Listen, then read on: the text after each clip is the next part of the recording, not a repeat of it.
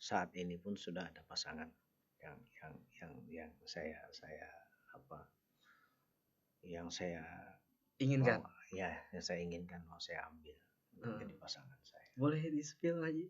Ya, nanti itu akan akan akan disampaikan setelah deklarasi. Ini bisa. Asik. Tapi orang-orang mana Pak Haji? Ya. Dapil mana lah? Kita punya 3 dapil ini kan. 1, 2, 3. Dapil mana Pak Haji? Bisa dapil.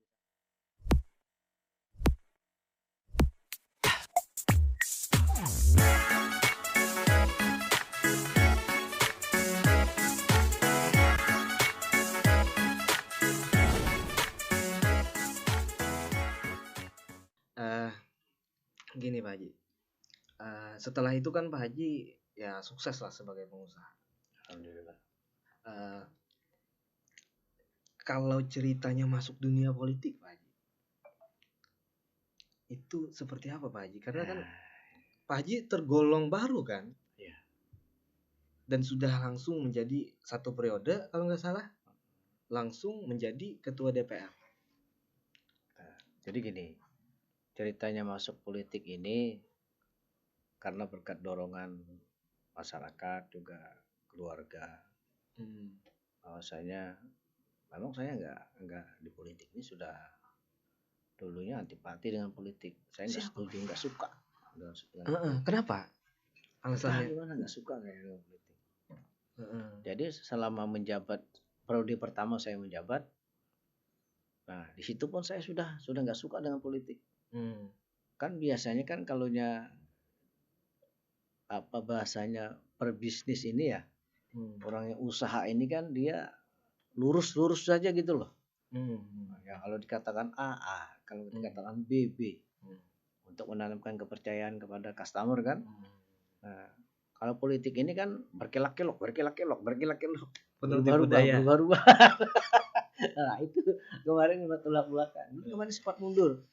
Di periode pertama sempat ingin mundur. Cuman karena dorongan dari keluarga juga, dari masyarakat juga di wilayah kami di Salam Baris. Nah, saya bertahan untuk tidak. Sekarang sudah mulai menyukainya Pak Haji kalau politik? Bukan menyukai ya, tapi memang jalan hidup saya mungkin. Termasuk menjadi ketua DPRD pun tidak dicita-citakan. Berarti masuk itu dorongan oleh keluarga. Ulun mau tahu Pak Haji, siapa sih yang paling berperan dalam karir politik Pian?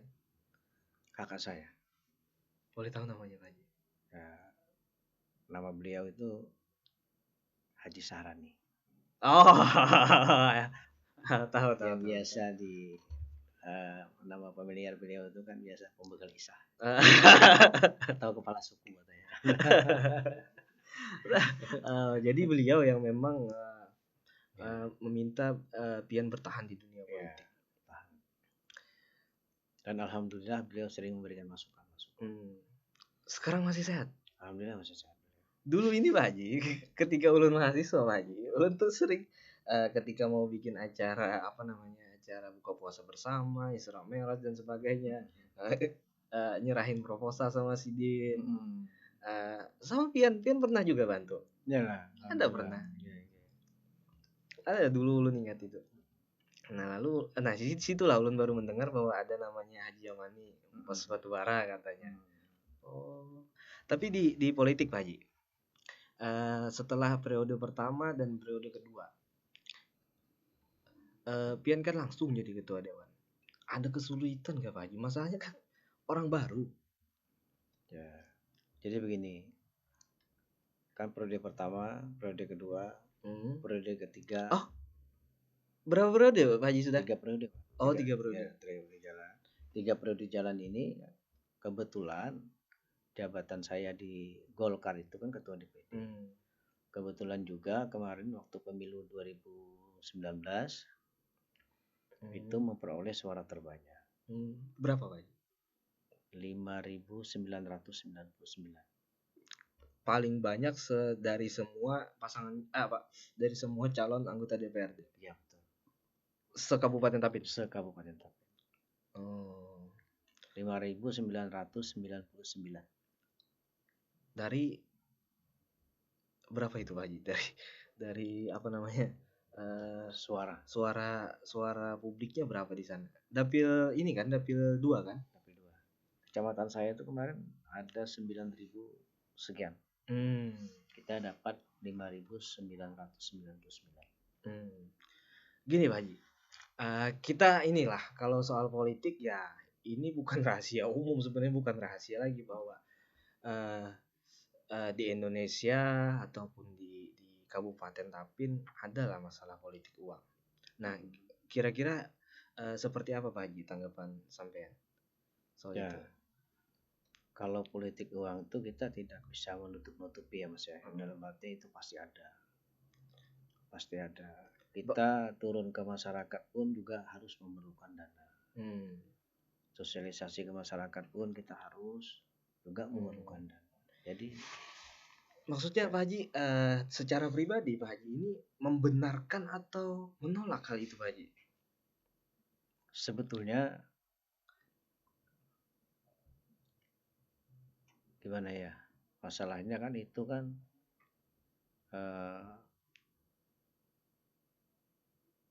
kalau di daerah dapil pemilihan kami di sana di ya, untuk kecamatan Salambawaris,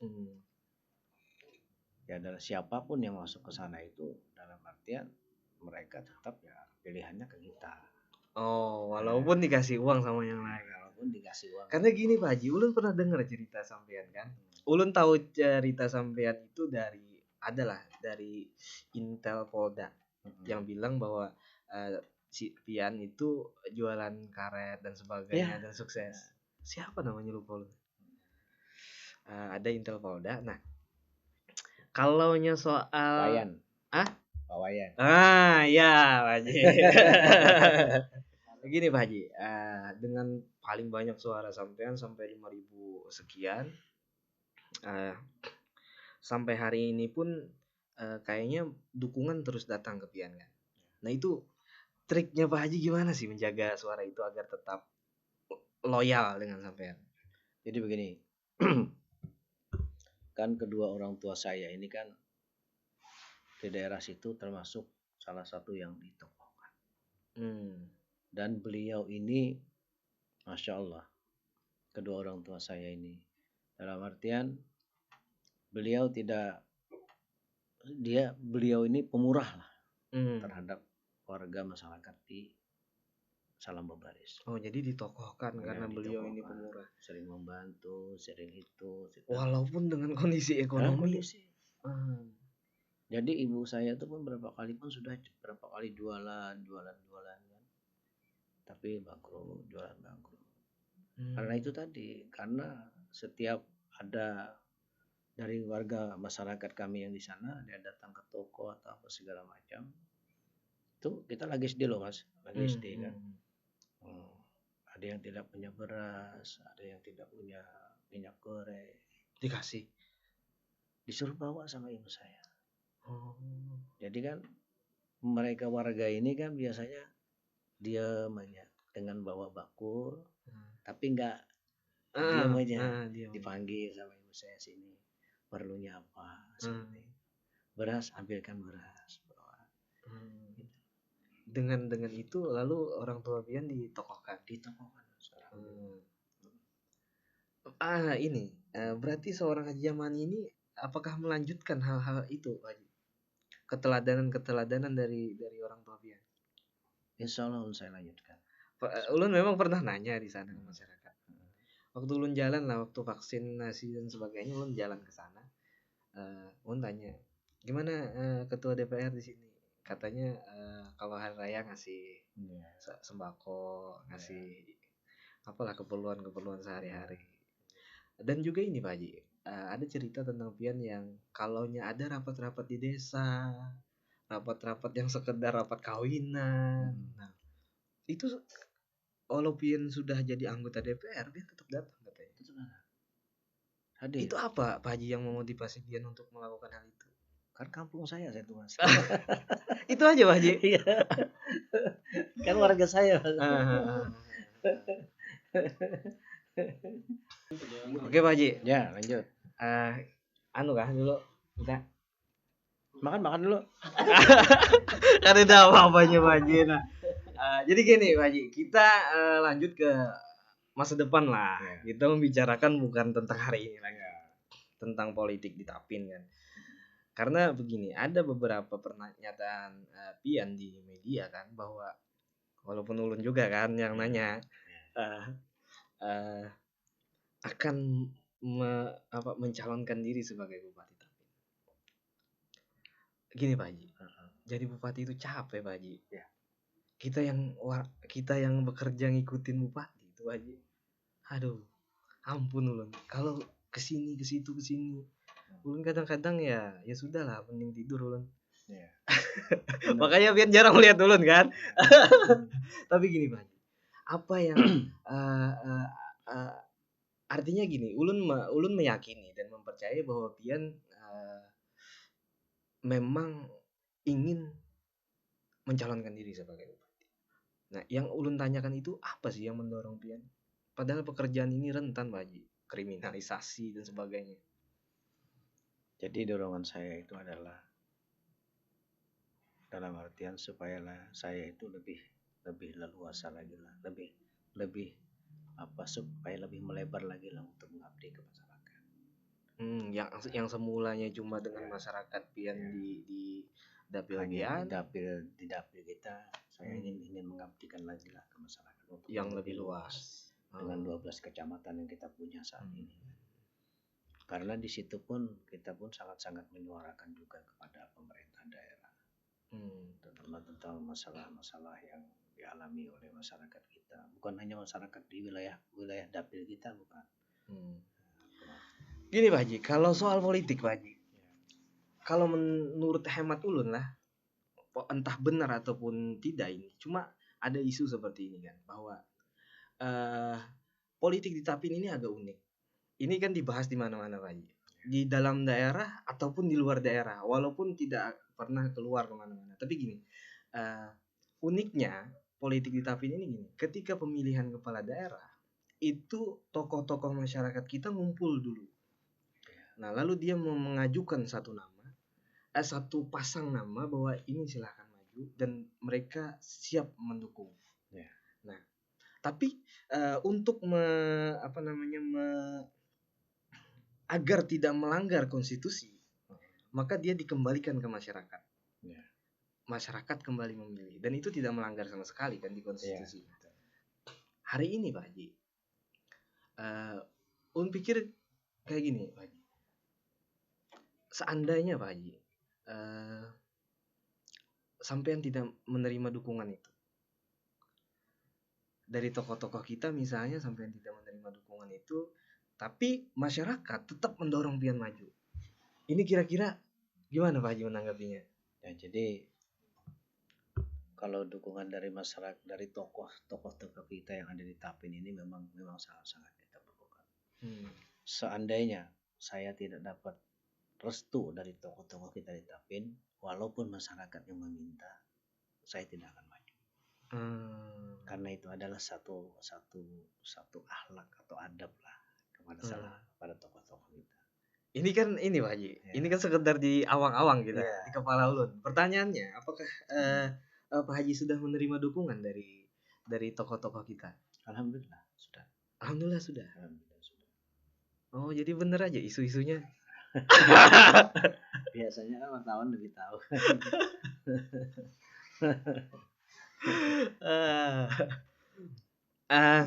Berarti memang sudah. Berarti memang 2024 fix maju. Kalau dari partai Pak Haji, sudah semuanya kah? Karena mendengar isunya juga. Ini kan cuma sekedar check and balance. Katanya seluruh partai juga mendukung sampean Pak Haji. Alhamdulillah. Di DPR kan semuanya. Artinya kita bakal menghadapi kota kosong atau gimana nantinya? Nah, itu kurang tahu Mas. Masih ada cara-cara lain kan untuk mencalonkan diri seperti independen dan lain sebagainya. Kalau yang jelas semua partai sudah sepakat. karena ketua-ketua partainya kan juga satu satu satu satu kantor lah, satu wadah lah.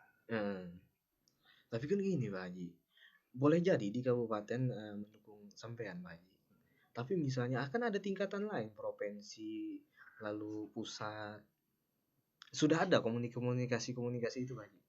Begini Mas, makanya itu di Tapin ini kan agak unik yang sampean sampaikan tadi. Nah, jadi DPD tingkat 2, DPD tingkat 1. DPD tingkat 1 itu menyerahkan ke tokoh. Siapa yang mau diusung, DPD tingkat 1 merestui.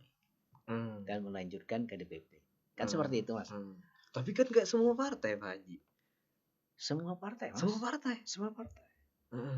Karena gini Pak Haji, kan kebetulan ini sering juga nongkrong di provinsi itu Pak Haji. Ada lah di satu partai, ulun dengar lah, si ini sudah datang. Tokoh-tokoh politik kita Pak Haji. Iya. Si ini sudah datang ke sini. Si ini sudah datang. Tapi nama pian belum Pak Haji. Belum lah. Belum ada Pak Haji. Kalau saya belum ada kesana. Tapi bukan partai sampean Pak Haji. Iya. Ada lah partai. Dengan 2 suara di Kabupaten Tapin. Ulun dengar, ulun tahu, oh si ini datang. Apa mau ngapain? Minta dukungan katanya. Oh si ini datang, mau minta dukungan di sini katanya. Oh, asik. Kabupaten Tapin. Berarti memang keunikan kita itu seperti itu Pak Haji lah. Ketika tokoh-tokoh kita memang sudah sepakat, ini kan kayak kekhalifahan. Orang di luar daerah itu menyebutnya Pak Haji, perjanjian Hudaibiyah katanya. Perjanjian Hudaibiyah. Kan istilah dari wartawan begitu. Enggak Pak Haji gitu.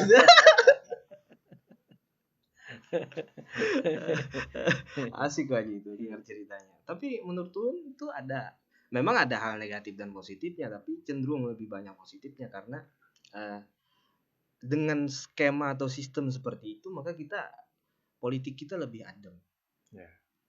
Nggak akan ada misalnya politik identitas dan sebagainya. Nggak ikut-ikut daerah lain lah. Kalau daerah lain kan hangat, ada black campaign dan sebagainya. Sedangkan kita relatif lebih damai.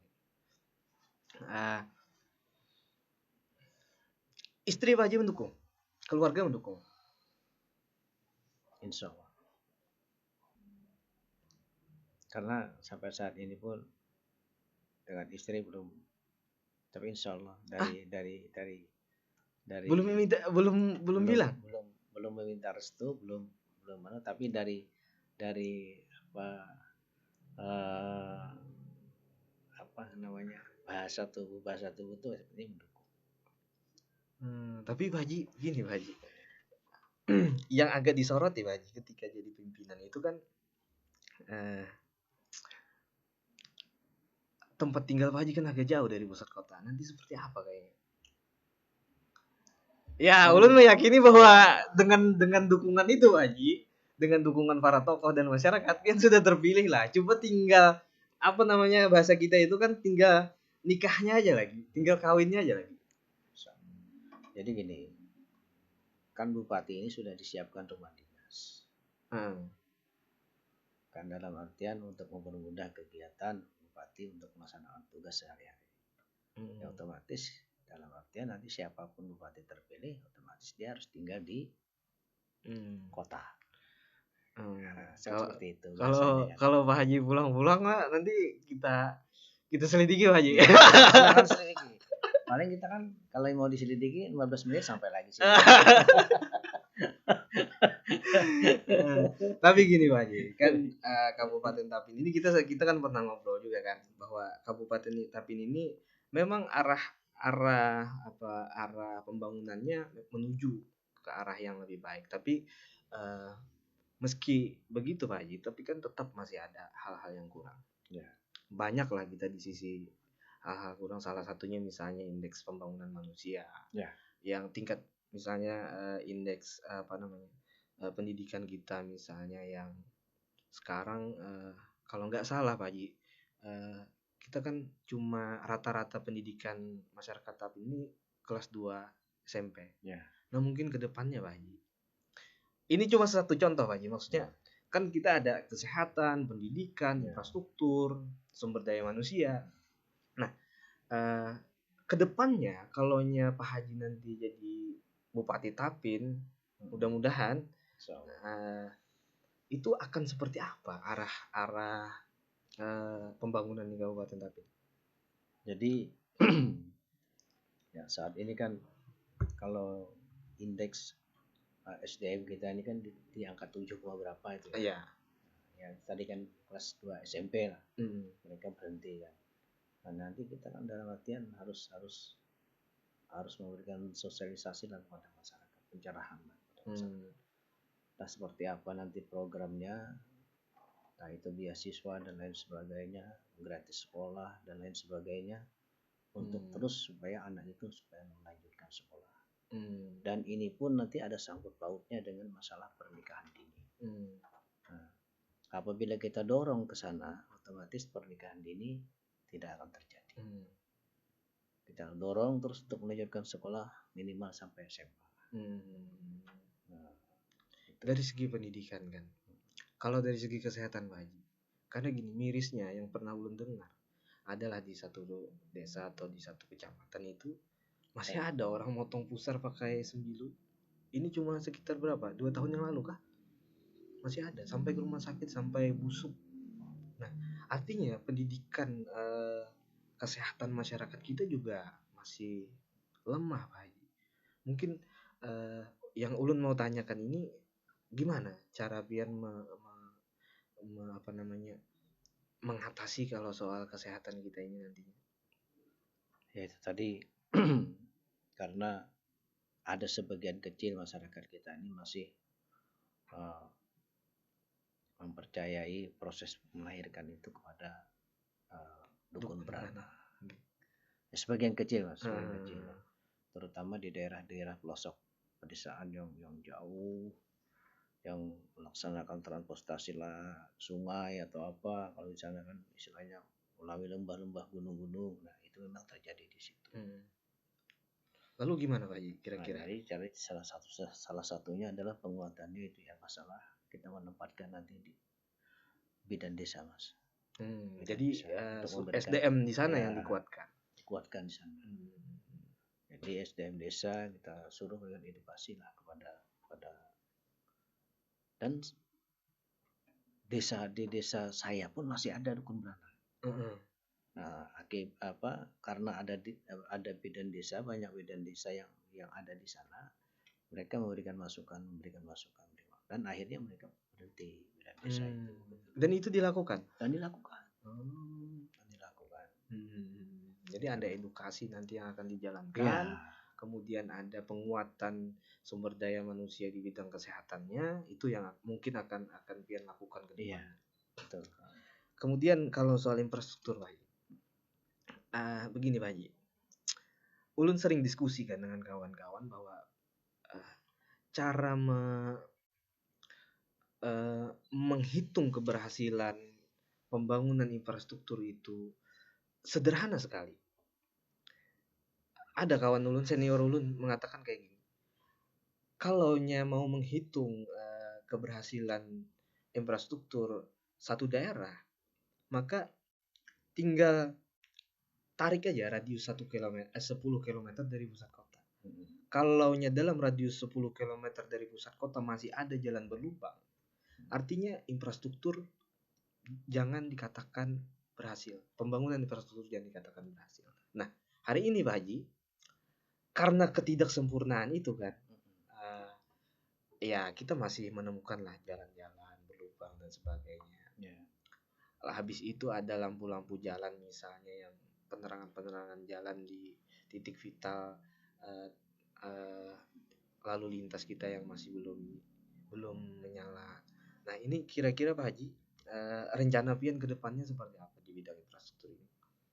Jadi mungkin kalau saya menjabat jadi bupati, insya Allah yang saya akan prioritaskan pertama infrastruktur jalan Mas.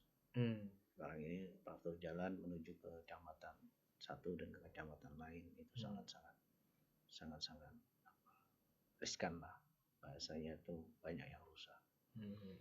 Nah kemarin waktu ada acara apa di Bapeda kemarin, saya sudah suarakan itu. Hmm.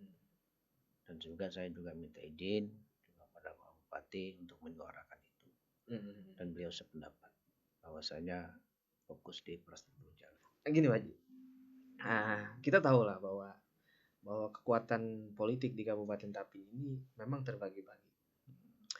Ada Margasari, ada Rantau, ada daerah Binuang. Ini kan ada 3 poros kekuatan politik yang mereka memang punya masa-masa tersendiri.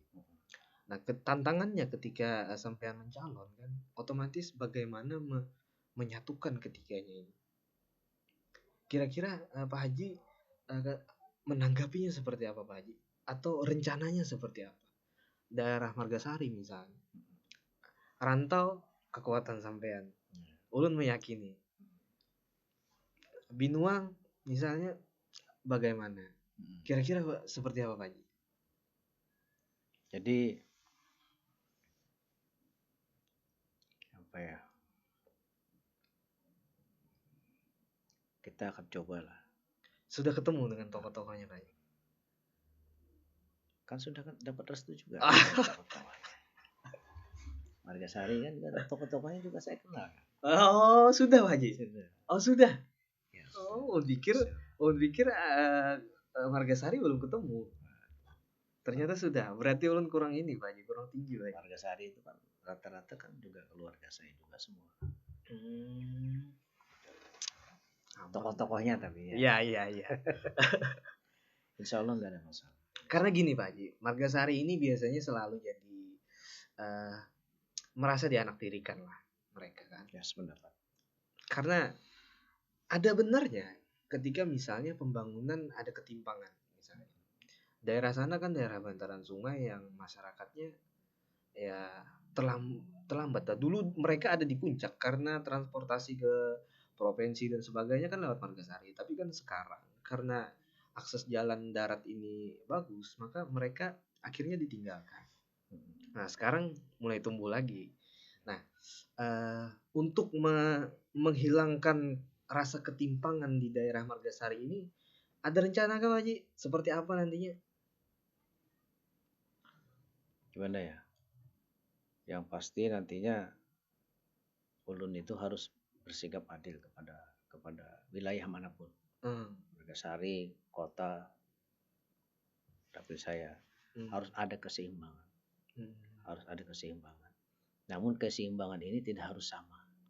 Karena disesuaikan dengan kondisi wilayah masing-masing. Nah, seperti itu nantinya. Sebenarnya ulun punya pemikiran kalau soal Pak Haji kan. Pak Haji ingin mencalonkan jadi Bupati Tapin, lalu nggak mungkin kan maju sendirian. Ya, pasti betul. ada pasangannya. Ya, pasti ada wakil. Ya. Begini Pak Haji. Pak Haji kan pure orang politik. Nah, biasanya Pak Haji, ini ulun sering lihat di nasional atau di mana. Biasanya setiap orang yang pure politik ini akan menggandeng dari birokrasi. Ya. Nah, hari ini pertanyaannya Pak Haji, apakah Bian nanti akan mencari pasangan yang birokrat atau sesama tokoh politik? Atau Bian punya kriteria tersendiri sebagai mencari pasangan? Jadi kalau masalah pasangan, mungkin saat ini pun sudah ada pasangan yang saya inginkan. Yang saya inginkan mau saya ambil jadi pasangan saya. Boleh di-spill Haji? Ya, nanti itu akan disampaikan setelah deklarasi. Ini bisa. Asik. Tapi orang-orang mana Pak Haji? Ya. Dapil mana lah? Kita punya 3 dapil ini kan. 1, 2, 3. Dapil mana Pak Haji? Bisa dapil 1, bisa dapil 2, bisa dapil 3. Tapi yang jelas orangnya ini punya kredibilitas yang bagus lah. Tapi pertanyaan terakhir Pak Haji. Politik kah birokrasi? Politik. Politik. Jadi dua-duanya. Politik, pengusaha. Oh. Oke. Dan juga Berarti ya, sekarang ini ada jabatan juga di. Nah, Oke, I see Haji. Menghabiskan jabatannya. Iya. Karena ulun dengar banyak lah soal itu. Dan ulun nggak begitu berani menyebutkan dalam tulisan dan sebagainya karena masih belum mengawal-awal. ya. Tapi ketika Pian menyampaikan itu ya sudahlah. Nanti kita bikinlah 1-2 tulisan lah. Ya. Silakan. Ya sudah cukup. Ya Pak Haji, semoga sukses. Jadi gini, supaya jangan melebar. Ini perlu lu sampaikan. Iya, oke. Supaya ya dalam artian walaupun tanpa lu sebutkan Pian sudah tahu juga. Jadi rencana pasangan kami ini, pasangan Ulun ini, sekarang ini beliau menjabat di Ketua KONI. Itu Pak Haji Juanda. Itu aja. Ya, silakan aja tulis di situ kan. Ada deklo lagi nih. Pak Haji zaman nih bongkar pasangan maju di 2024. Iya, insyaallah. Iya Pak Haji, mungkin bisa Pak Haji nanti kami kurang terhubung dengan beliau kan. Memang ada ulun ketemu ketika porprov dan sebagainya ada, cuma kurang dekat lah. Mungkin bisa kita undang ke sini Pak Haji. Bisa. Kita cecar lagi kan. Ya, silakan. Insyaallah beliau hadir. Tapi perlu sampean kan mendorongnya. Boleh.